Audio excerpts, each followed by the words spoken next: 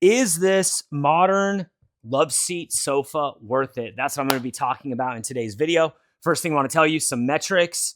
Currently, over 1,000 of these are selling per month on Amazon. That's a very high amount, especially for a sofa.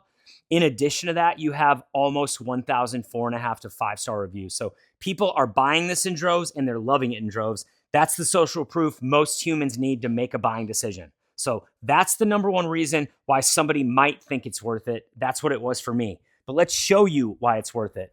First of all, this comes in 2 relatively compact boxes. In fact, when they showed up, we're like, that can't be the couch. But it is the couch. And it manages to be this extremely comfortable, high-end vibe, very simple and easy to put together. You've got a very high-end armrest here with that kind of modern wide vibe, really nice sturdy base. You've got a very supportive foundation here. I mean, it is bouncy.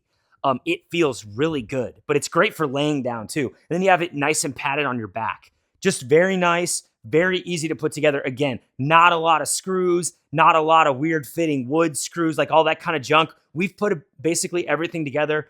As far as couches that need to be assembled, this is one of the easiest, if not the easiest. A lot of cool color options. It's a very soft material as well. Just everything about it I love, especially when I'm using words like high end to describe this, and you look at the number on the product page, that doesn't make sense. I mean, this could easily be something that if you go to the wrong store or you're looking for a name brand, you could spend probably 8x or something. Because furniture just can go so crazy. So I think this is an incredible value. So I think it's worth it, but what do you think?